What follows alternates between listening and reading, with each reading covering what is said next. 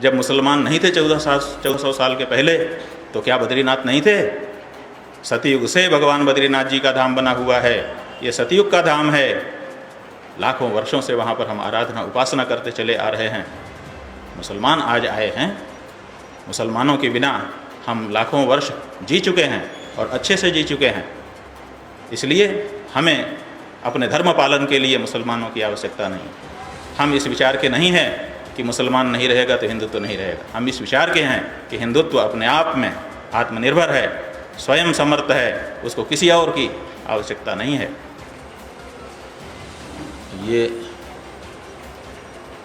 सूचना आप सबको मिल चुकी है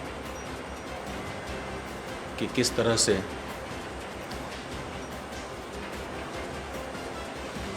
विगत दिन बद्रीनाथ धाम में बद्रीनाथ धाम की मर्यादा को चोट पहुंचाने का प्रयास किया गया है। ये देश सबका है, सही है। सबको अपने अपने धर्म, अपने अपने विश्वास के अनुसार, अपने अपने धर्मशास्त्रों के अनुसार आराधना उपासना करने की छूट है, ये भी सही है, लेकिन अपने अपने परिसर में। जब बद्रीनाथ धाम पूर्णतया भगवान बद्रीनाथ जी को समर्पित है, तो बद्रीनाथ धाम में किसी और को, किसी और धर्म वालों को आराधना उपासना की छूट किसने प्रदान की? वह भी सामूहिक रूप से। जिस तरह से कुछ मुसलमानों ने कल बद्रीनाथ धाम में इकट्ठे होकर नमाज पढ़ी है, वो किसी भी दशा में स्वीकार्य नहीं हो सकता है। तत्काल हमारी मांग है कि इन लोगों के ऊपर भगवान श्री बद्रीनाथ जी के धाम की जो मर्यादा है, पवित्रता है, जो उनका सम्मान है, उसको चोट पहुंचाने का कार्य किया गया है। इसलिए जितने लोगों ने नमाज पढ़ी है उनके ऊपर आस्था को चोट पहुंचाना, भगवान की प्रतिष्ठा को चोट पहुंचाने का मुकदमा दर्ज किया जाना चाहिए। ये हम क्यों कह रहे हैं वो भी हम आपको समझाना चाहेंगे। देखिए, मुस्लिम नमाज पढ़ करके अपनी तरीके से अपनी उपासना करते हैं, लेकिन मुसलमानों में जहाँ पर सामूहिक रूप से नमाज पढ़ी जाती है, कई मुसलमान इकट्ठे होकर के नमाज पढ़ते हैं, वहाँ पर अजान आवश्यक अंग है नमाज का। मुसलमानों के धर्मशास्त्र में ये बात आई हुई है कि जब पहली बार मदीना में मस्जिद का निर्माण हुआ और हजरत मोहम्मद साहब ने कहा कि यहाँ पर हम लोग सब सामूहिक रूप से ईश्वर की आराधना, खुदा की इबादत करेंगे, तो वहाँ पर सबको इकट्ठा बुलाने के लिए किसी ऐसी तकनीक की आवश्यकता पड़ी, ऐसी प्रक्रिया की आवश्यकता पड़ी जिससे सबको एक बार में सूचना हो जाए और सब लोग अपना अपना काम छोड़ करके आराधना के लिए, उपासना के लिए एक साथ इकट्ठे हो जाएं। तो उस समय जो उनके सहाबा इकराम साहब थे, सहाबा का मतलब होता है, मोहम्मद तो साहब हैं और उनका जो सहाबा, उनके जो सहयोगी हैं, उन्हीं को सहाबा कहा जाता है। उनमें से जो इकराम थे, उनसे उन्होंने अपने हृदय की बात कही कि हम चाहते हैं कि कोई ऐसी प्रक्रिया बना दी जाए जिससे सबको सूचना हो और सब लोग अपना अपना काम छोड़ करके एक ही साथ आकर के नमाज पढ़ सकें। तो उन्होंने कहा कि ठीक है, सबको बुला लेते हैं, सबके बीच में ये प्रस्ताव रखते हैं। तो सहाबा के जितने लोग थे सबको इकट्ठा किया गया। सब इकट्ठे होकर के बैठे तो 4 प्रस्ताव आए। पहला प्रस्ताव आया कि एक ध्वजा बना दी जाए जो इस्लाम धर्म का प्रतीक हो और उसी ध्वजा को फहरा दिया जाए आकाश में, तो जो लोग होंगे जहाँ होंगे वहीं से देख लेंगे। देख करके वो समझ जाएंगे कि ध्वजा फहरा दी गई है, इसका मतलब उपासना का समय हो। दूसरे लोगों ने कहा कि ध्वजा फहराने से सबको कैसे पता चलेगा, ऐसा किया जाए कि अग्नि जला दी जाए। जब आग जलाएंगे तो धुआं उठेगा, धुआं को देख करके सब लोग समझ जाएंगे कि आराधना का समय हो गया और अमुक जगह पर आराधना हो रही है, वहीं हमको जाना चाहिए। अथवा अग्निदीप खंभा गाड़ करके उसके अंदर एक दीपक टोकरी में रख करके, जैसे गंगा जी के किनारे यहाँ काशी में परंपरा से फहराया जाता है, वैसे ही रस्सी से खींच करके दीपक को ऊपर चढ़ा दिया जाए।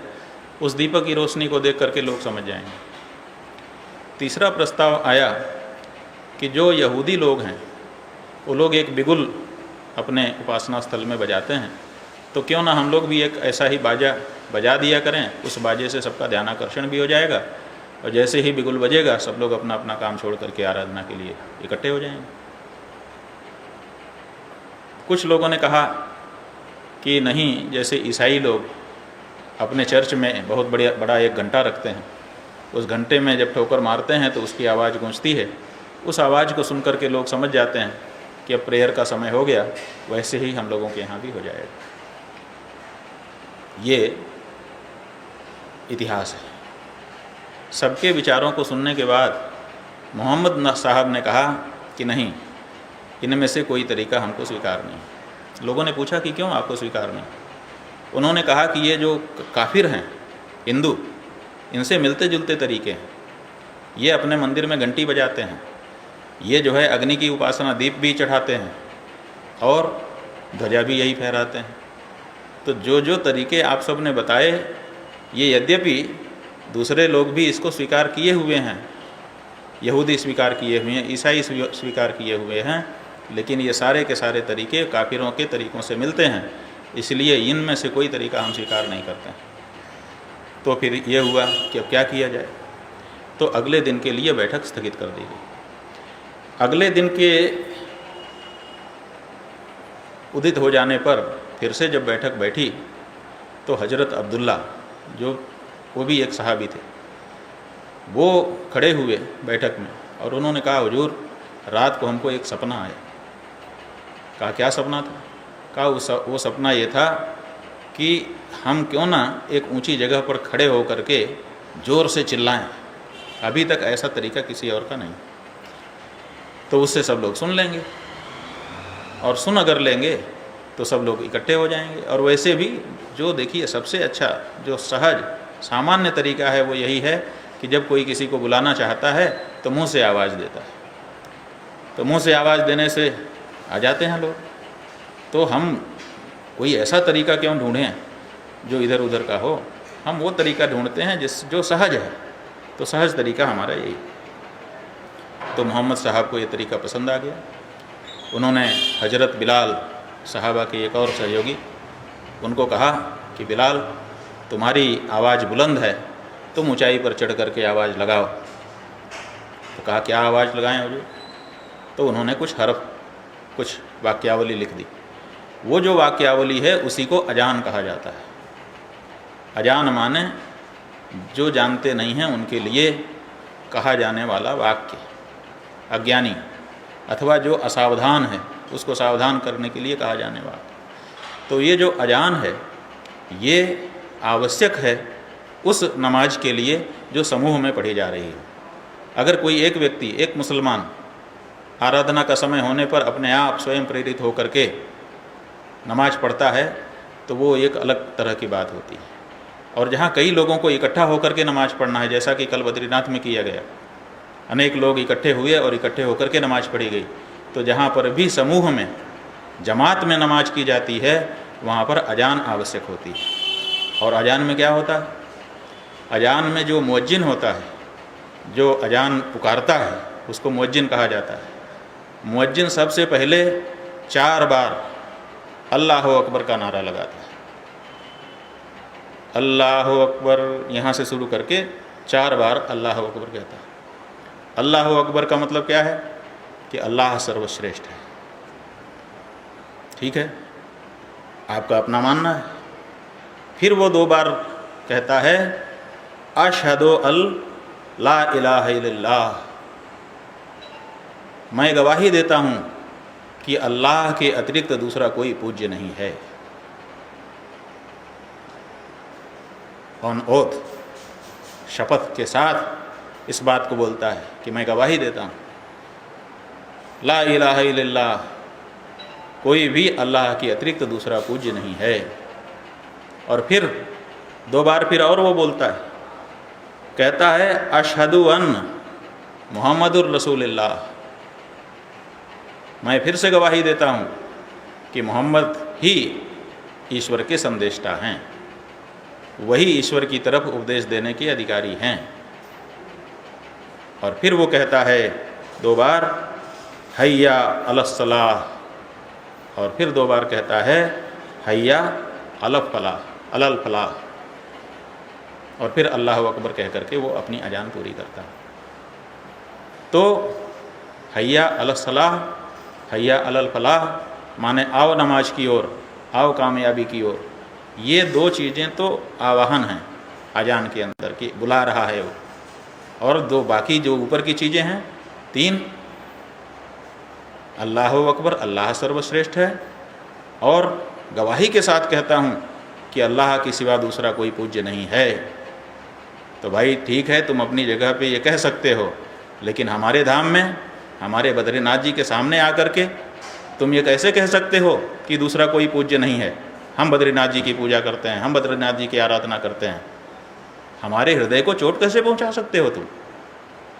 बद्रीनाथ धाम में खड़े होकर के, जो वहाँ पर उत्तरामनाय ज्योतिषपीठ के शंकराचार्य जी महाराज, कृते विश्वगुरु ब्रह्मा त्रेतायाम ऋषि सत्तमः द्वापरे व्यास एव स्यात् कलावत्र भवाम में हम का उद्घोष करने वाले भगवान शंकराचार्य के पीठ पर विराजमान शंकराचार्य जहाँ पर उपदेष्टा हों, वहाँ पर आप ये कैसे कह सकते हो अशहदु अन्न मुहम्मदुर रसूलुल्लाह? मोहम्मद होंगे उपदेष्टा आपके लिए, हमारे लिए हमारे शंकराचार्य उपदेष्टा हैं। खुदा होगा आपके लिए पूज्य, हमारे लिए बद्रीनाथ जी हमारे पूज्य हैं। आप हमारे स्थान पर खड़े होकर के, बद्रीनाथ जी के धाम में खड़े होकर के ये वाक्य नहीं बोल सकते हो। ये वाक्य बोल रहे हो, इसका मतलब आप बद्रीनाथ जी का अपमान कर रहे हो, आप हमारे सर्वोच्च धर्माचार्य जगतगुरु शंकराचार्य जी महाराज का अपमान कर रहे हो, और ये अपमान करने का किसी भी तरह से आपको अधिकार नहीं है। इसलिए वहाँ के प्रशासन से हमारा अनुरोध है, जैसी कि हमको जानकारी मिली है कि वहाँ के प्रशासन ने जो पैंडेमिक एक्ट, जिसको पैंडेमिक ही कहा जा रहा है, उस एक्ट के अंतर्गत कि इन्होंने दूरियां नहीं बनाई आदि आदि का मुकदमा दर्ज किया गया है। ये मुकदमा नहीं, मुकदमा असली ये है कि इन्होंने भगवान बद्रीनाथ का और वहाँ के आचार्य जगतगुरु शंकराचार्य जी का अपमान किया है। इसी धारा में मुकदमा उनके ऊपर पंजीकृत किया जाना चाहिए और तुरंत उनको जेल भेजना चाहिए। अगर ये नहीं किया जाता है तो हम ये मानेंगे कि मोहन भागवत जी ने जो बात कही है कि मुसलमान के बिना हमारा हिंदुत्व अधूरा है, तो इसी तरह से मुसलमान के बिना हमारा बद्रीनाथ ही नहीं चलेगा। ये कैसे हो सकता है? जब मुसलमान नहीं थे 1400 साल के पहले, तो क्या बद्रीनाथ नहीं थे? सतयुग से भगवान बद्रीनाथ जी का धाम बना हुआ है, ये सतयुग का धाम है। लाखों वर्षों से वहाँ पर हम आराधना उपासना करते चले आ रहे हैं। मुसलमान आज आए हैं, मुसलमानों के बिना हम लाखों वर्ष जी चुके हैं और अच्छे से जी चुके हैं। इसलिए हमें अपने धर्म पालन के लिए मुसलमानों की आवश्यकता नहीं। हम इस विचार के नहीं हैं कि मुसलमान नहीं रहेगा तो हिंदुत्व नहीं रहेगा। हम इस विचार के हैं कि हिंदुत्व अपने आप में आत्मनिर्भर है, स्वयं समर्थ है, उसको किसी और की आवश्यकता नहीं है। तो ये जो कार्य हुआ है, हम इसकी घोर निंदा करते हैं। बामणी गांव के और बद्रीनाथ के उन लोगों की हम प्रशंसा करना चाहते हैं, अभिनंदन करना चाहते हैं जिन्होंने समय रहते इस पर विरोध दर्ज कराया, अपनी बात कही। प्रशासन से, उत्तराखंड की सरकार से हमारा अनुरोध है कि उचित धाराओं में मुकदमा पंजीकृत करके ऐसे लोगों को बंदी बनाया जाए और जो ठेकेदार वहाँ पर मुसलमान मजदूरों को ले जा कर के काम करवा रहे हैं उनको भी रोक लगाई जाए। बद्रीनाथ धाम में मुसलमान मजदूर किससे काम कराने की आवश्यकता नहीं है, वहाँ हिंदू मजदूर काम करें। पूरा देश पड़ा है जहाँ मुसलमान से आप काम कराइए, हमें कोई आपत्ति नहीं है। लेकिन जो हमारे मर्यादा के स्थान हैं उन स्थानों की मर्यादा भी बनी रहनी चाहिए। और ये बद्रीनाथ जी के एक्ट में लिखा हुआ है कि हिंदू धर्म में विश्वास करने वाले के अतिरिक्त यहाँ पर नहीं आ सकते हैं। हरिद्वार में हर की पैड़ी पर मुसलमान खड़ा नहीं हो सकता। हरिद्वार में जब कुरैशी साहब जो कि राज्यपाल थे उत्तराखंड के, जब उनको हर की पैड़ी पर जाने का अवसर आया तो उन्होंने कहा कि यहाँ पर हम नहीं जा सकते हैं, इसलिए हमें मत ले जाया जाए। ये मर्यादा रही है, तो इस मर्यादा का पालन किया जाना चाहिए। मुसलमानों ने मक्का शरीफ के 40 किलोमीटर की दूरी पर बैरियर लगा करके रखा है कि यहाँ हिंदू नहीं आ सकते, हम कहाँ जाते हैं। उसी तरह से हमारे धाम में भी बैरियर होना चाहिए कि मुसलमान प्रवेश नहीं कर सकता है। और अगर ये करने की ताकत उत्तराखंड की सरकार में नहीं है, ये करने की ताकत चार धाम बोर्ड, जो चार धाम विकास बोर्ड बना करके मंदिरों को कब्जा करने की नीति चली जा रही है, उसमें नहीं है, तो फिर उनको हट जाना चाहिए। हम हिंदू धर्म के अनुयायी, सनातन धर्म के अनुयायी, धर्म के पालन करने वाले लोग, भगवान के प्रति, भगवान के धामों के प्रति आस्था रखने वाले लोग, हम इस कार्य के लिए आगे बढ़ करके वहाँ पर सुव्यवस्था बना सकते हैं। देख लीजिए, हिंदुत्व के नाम पर ऐसा काम मत कर दीजिए जो हमारे हिंदुओं की ही छाती में भाला भोंकने वाला हो। अगर आप हिंदुत्व की बात करते हैं तो सनातन धर्म की मर्यादा को बचाइए, और अगर आप नहीं बचाएंगे और यही नीति आपकी चलती रही तो स्वाभाविक है कि सनातनी आखिर कब तक सहेगा। किसी न किसी दिन उसको फिर से खड़ा हो जाना पड़ेगा और सनातनी राज्य की स्थापना करने के लिए उसको आगे आ जाना पड़ेगा। हम अपने मंदिरों में, हम अपने मठों में धार्मिक ग्रंथों को पढ़ रहे हैं, सदाचार से रह रहे हैं, भगवान की पूजा आराधना 5 समय कर रहे हैं, हमको ये करने दीजिए, इसमें बाधा मत डालिए। हमारी और हमारे देवता की, हमारे धाम की, हमारे धर्म की मर्यादा को खंडित मत करिए, अन्यथा हमको इसको छोड़ करके कुछ समय उस कार्य के लिए भी लगाना पड़ेगा जो आपका कार्य है। राज करना हमारा काम नहीं, लेकिन हमारे विरुद्ध कार्य करने वाले राजा को हटाना हमारा काम हो जाएगा। इस बात का भी ध्यान रखने की आवश्यकता है।